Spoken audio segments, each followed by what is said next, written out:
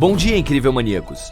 Meu nome é Tom e hoje vamos fingir que estamos no ano de 2003. Local: Indonésia. Ilha: Flores. Um grupo de cientistas encontrou uma caverna misteriosa na selva verde. Eles entraram e descobriram algumas ferramentas primitivas, como pedras afiadas.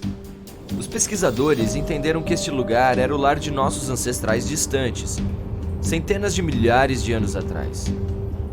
Mas então, encontraram um esqueleto muito incomum. Uma análise cuidadosa mostrou que era o esqueleto de uma mulher de 30 anos. A altura dela era de apenas 1 metro. Isso é pouco acima da cintura de uma pessoa adulta. Naquele dia, os cientistas descobriram um ancestral humano desconhecido. Eles chamaram essa espécie de Homo floresiensis, ou simplesmente o Hobbit. Outros cientistas chegaram à caverna e fizeram escavações detalhadas. Arqueólogos encontraram os restos mortais de outras 8 pessoas pequenas. Parece que há 100 mil anos havia uma espécie inteira de hobbits. Além disso, os cientistas descobriram restos de algumas outras criaturas incríveis. Descobriu-se que a caverna era um mundo de fantasia real do passado distante. Por exemplo, foram encontrados esqueletos de enormes cegonhas do tamanho de pterodáctilos. Os hobbits pareciam minúsculos em comparação a essas aves. Também foram descobertos restos do que parecia ser um parente do elefante moderno. A criatura era do tamanho de uma vaca. Mas o achado mais surpreendente foi o antigo dragão de Komodo. A análise óssea mostrou que todas essas criaturas não eram quem mandavam nessa caverna. Mais de 80% dos ossos identificáveis pertenciam a ratos gigantes. Centenas e milhares de ratos do tamanho de gatos habitavam o lugar. É possível que tenha havido uma batalha entre eles e os hobbits. Imagine um mundo onde os hobbits e pequenos elefantes fogem de hordas de ratos enormes e se escondem em uma caverna.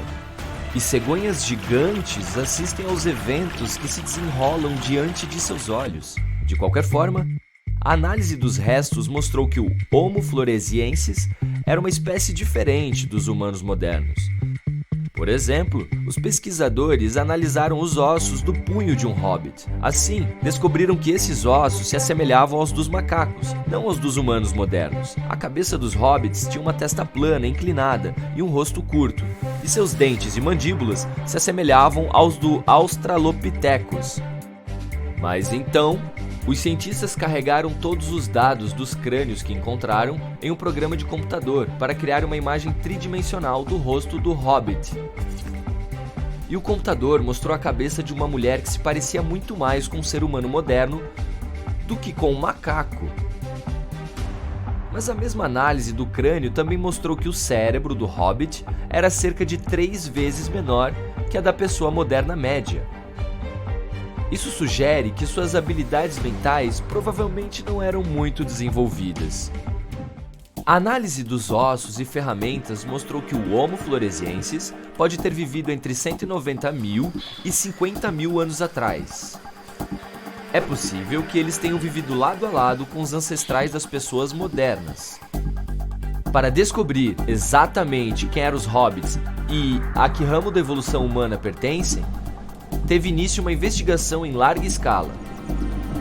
Uma raça de pigmeus vive não muito longe da caverna. Os cientistas encontraram uma grande semelhança nas proporções faciais dos hobbits e dos pigmeus.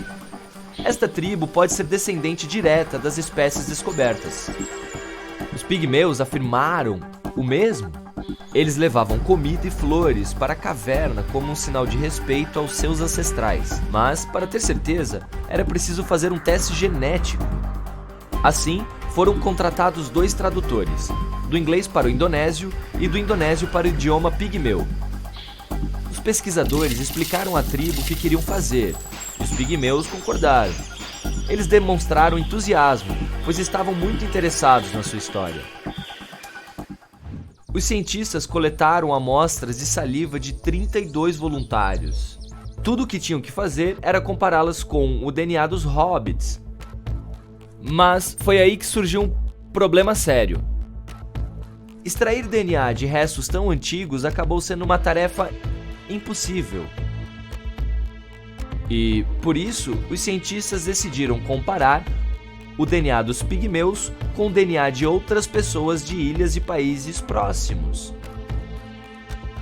Eles estudaram DNA de 500 pessoas modernas de 225 populações no leste da Ásia, Malásia, Indonésia, Papua Nova Guiné e outros países. Os pesquisadores queriam encontrar correspondências de diferenças entre o DNA dos pigmeus e o DNA das tribos vizinhas. Eles também analisaram a história das pessoas dessas áreas e seus padrões de migração. Quando a investigação terminou, os cientistas tiveram que admitir que não encontraram nenhuma evidência de que os pigmeus tivessem descendido dos antigos hobbits. O Homo floresiensis é provavelmente uma espécie totalmente separada, e seu papel no desenvolvimento dos humanos modernos ainda é desconhecido. A altura dos hobbits pode ser explicada por um fenômeno como o nanismo insular. Ecossistemas únicos se formam em pequenas ilhas remotas. Muitas vezes há excessos de fontes de alimento nesses lugares. Além disso, há uma chance maior de sobrevivência graças à ausência de animais perigosos. O clima também contribui para o desenvolvimento de um ecossistema em comum. Em tais condições, muitas criaturas vivas se tornam menores. Isso aconteceu com hipopótamos pequenos em Madagascar. Elefantes pequenos viviam na Ilha das Flores. Mas às vezes, esses ecossistemas podem criar animais enormes, assim como aconteceu com os ratos e cegonhas. Por sinal, ratos gigantescos ainda vivem na ilha. No mundo moderno, há uma vila em comum habitada por anões. Há muitas casas pequenas lá. Elas são feitas de barro e pedra e se assemelham a pequenos castelos. Nas ruas é possível encontrar estátuas de fadas, borboletas grandes e bolas de prata. Os moradores locais usam trajes estranhos, armadura de cavaleiro, vestidos de princesa, túnicas verdes, capas amarelas. Na praça principal, anões lutam com espadas, dançam e cantam músicas. Mas não tem magia por aqui. Você está no Império Anão e, antes de entrar, tem que pagar uma taxa de entrada de $15. Há mais de 10 anos, um empresário chinês conheceu vários anões. Eles lhe contaram sobre as dificuldades que encontraram no mundo moderno. O empresário sentiu simpatia por essas pessoas e decidiu investir 14 milhões na criação de uma cidade temática habitada por anões. Então, em 2009, nasceu o Jardim Ecológico de Borboletas e o Império Anão. Cerca de 100 pessoas vivem nesse lugar. Sua altura não excede 1,30 m e todas têm menos de 50 anos. Todos os dias, este lugar atrai centenas de turistas. Graças a isso, os anões têm empregos e todas as condições para uma boa vida.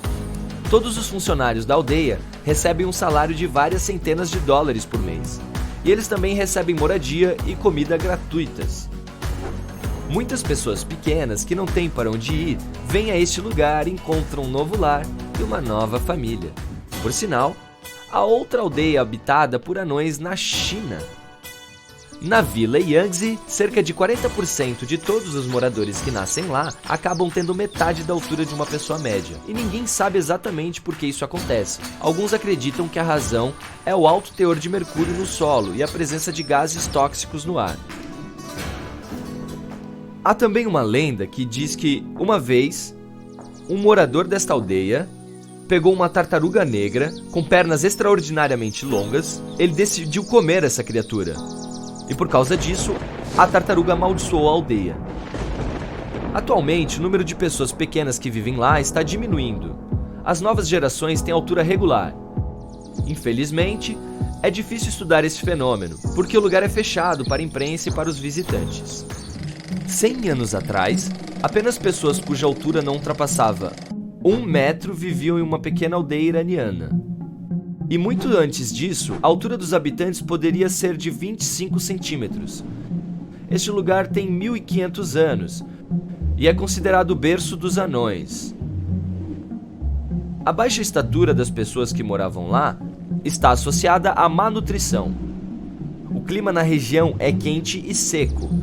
É por isso que era impossível cultivar ou criar gado lá. Eles comiam principalmente nabo e cevada. Os habitantes da aldeia nunca provaram carne. Somente no século XX, quando estradas foram construídas e carros se tornaram disponíveis, tornou-se possível trazer comida melhor para o local. Agora, cerca de 700 pessoas vivem na aldeia, e são todas de altura média. Mas pequenas casas feitas de pedra e barro são a prova de que anões viviam lá. Essas casas são mais fáceis de construir e aquecer, mas o mais importante é que elas eram invisíveis para conquistadores estrangeiros. Os moradores esperam que a arquitetura única do lugar possa atrair mais turistas. Obrigado por assistir, eu sou o Tom e nos vemos no próximo vídeo, onde continuaremos a aprender todos os dias junto com o incrível. Tchau!